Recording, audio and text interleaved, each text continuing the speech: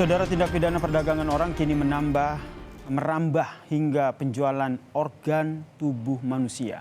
Sejumlah otorita menyoroti realitas ini dengan antisipasi yang dilakukan.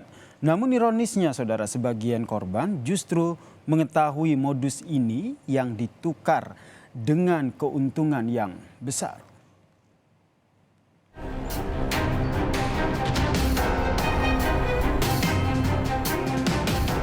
Bukan berarti yang mereka berangkat legal juga terhindar dari resiko. Semua resiko migrasi itu penuh resiko, ya kan. Cuman bagaimana kita bisa memitigasi mereka yang berangkat secara prosedural.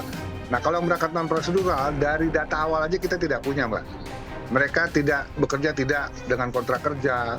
Mereka bekerja mungkin pada pengguna-pengguna yang tidak memiliki izin untuk mempekerjakan pekerja asing, sehingga mereka bisa tereksploitasi yang tadi saya bilang, baik dari sisi fisik, verbal, maupun dari ketenaga kerjaannya.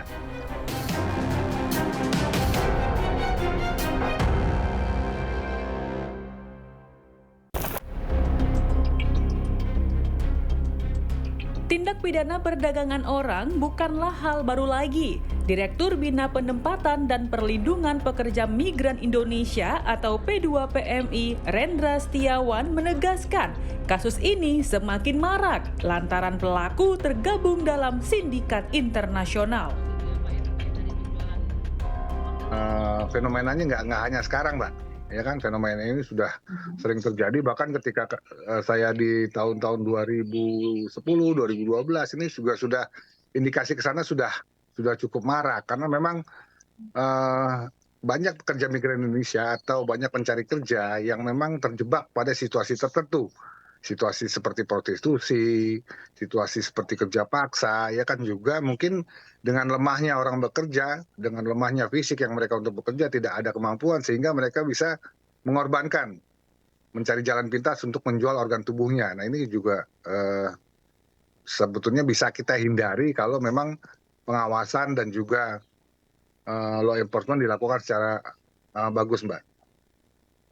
Nah, Pak, terkait dari hal ini pula kan berarti para pelaku ini dipastikan memiliki jaringan di luar negeri, begitu ya, Pak, ya? Ya pasti, itu kan mau dijual di luar negeri ya. Bahkan kalau kami lihat, Mbak, mereka masih hidup-hidup ya, bukan hanya organnya yang dibawa nih, tetapi orangnya dibawa ke sana, lalu dijual organnya. Ini sebetulnya tidak terkait langsung dengan bidang ketenagakerjaan nih, Mbak. Cuman kalau sekarang kan lagi rame terkait dengan TPPO ya, tadi saya bilang, TPPO ini tujuannya adalah untuk mengeksploitasi, ya kan, dan korban dieksploitasi baik secara fisik, mental, baik secara verbal maupun secara fisik, itu bisa dilakukan oleh pelaku, dan mereka memang tidak bisa tidak bisa terlepas dari jeratan tersebut.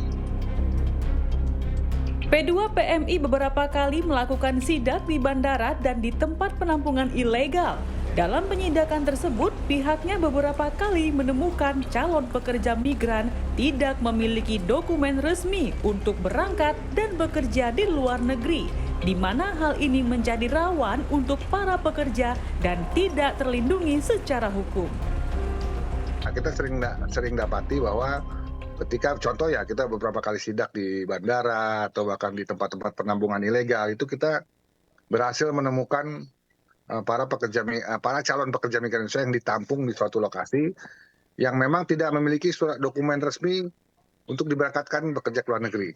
Ya kan, untuk bekerja ke luar negeri, lembaga tersebut wajib memiliki surat izin perusahaan yang menempatkan pekerja migran. Harus memiliki job order yang sudah diverifikasi oleh perwakilan.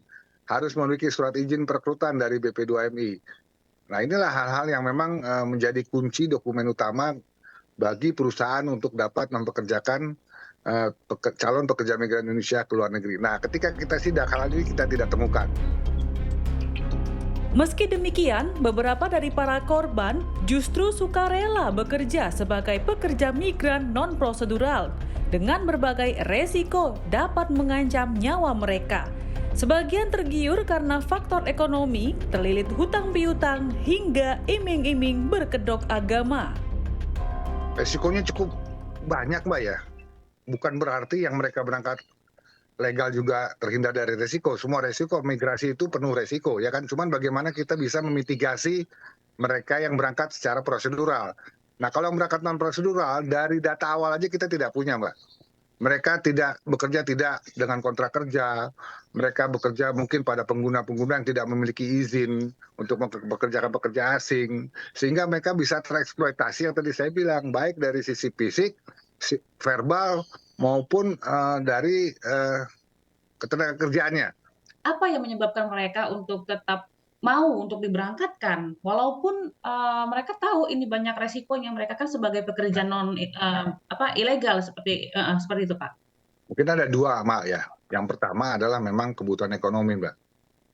Ya kan, ekonomi mendesak dan mereka beranggapan, wah, satu-satunya cara mereka bekerja ke luar negeri. Ya kan, kalau di Indonesia ya, dengan tidak sekolah misalnya, atau lulusan SD, SMP kan akan sangat sulit, Mbak, mencari pekerjaan. Tetapi kan ini mereka sudah diiming-imingi segala macam, yang akhirnya mereka, wah, saya harus berangkat nih. Ya kan, ekonomi keluarga harus begini begitu. Nah, itu satu alasan pertama. Berkaitan dengan penjualan organ tubuh tersebut, menurut kriminolog Universitas Padjadjaran, Ruli Herdita Ramadhani, baik disetujui oleh korban atau tidak, jika praktik tersebut menjadi ranah komersil, maka hal tersebut merupakan tindak pidana dan melanggar hukum yang berlaku. Dengan persetujuan atau tanpa persetujuan bahwa praktik daripada perdagangan orang yang ditujukan untuk diperdagangkan organ tubuhnya itu merupakan suatu tindak pidana dan atas perbuatan itu diancam dengan pidana, diancam dengan hukuman. Nah, tentu saja yang menjadi rujukan adalah hukum positif yang berlaku di Indonesia, ya, seperti misalnya di dalam Undang-Undang Kesehatan, gitu ya, sebagaimana diatur ya di dalam pasal 64 ayat 3 ya, seingat saya di situ dikatakan bahwa atas dalih apapun, gitu ya, bahwa segala bentuk perdagangan organ tubuh manusia itu dilarang, gitu ya. Dirinya pun menjelaskan praktik jual beli organ tubuh ini tidak hanya menarik minat para korban dari sisi ekonomi dengan keuntungan yang menggiurkan saja, namun juga faktor ancaman dan kekerasan yang dilayangkan kepada para pekerja juga memicu maraknya kasus ini. Misalnya kenapa di Kamboja? Ya, itu karena apabila kita tarik ya hubungan di antara dua hal tersebut yang menjadi faktor penyebab, ya faktor ekonomi. Nah, salah satunya. Nah, tentu itu akan di organ tubuh tentu akan dihargai fantastis.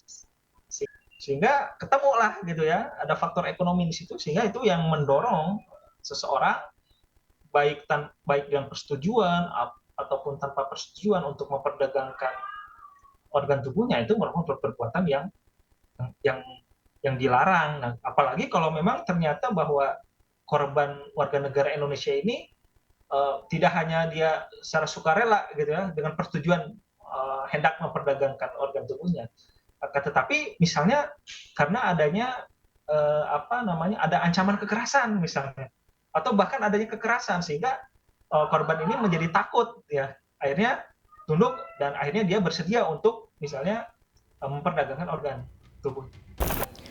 Kini tersangka sudah diringkus dan seluruh para korban yang hendak dikirimkan menuju ke Kamboja untuk diperjualbelikan organ tubuhnya pun sudah diamankan oleh pihak kepolisian.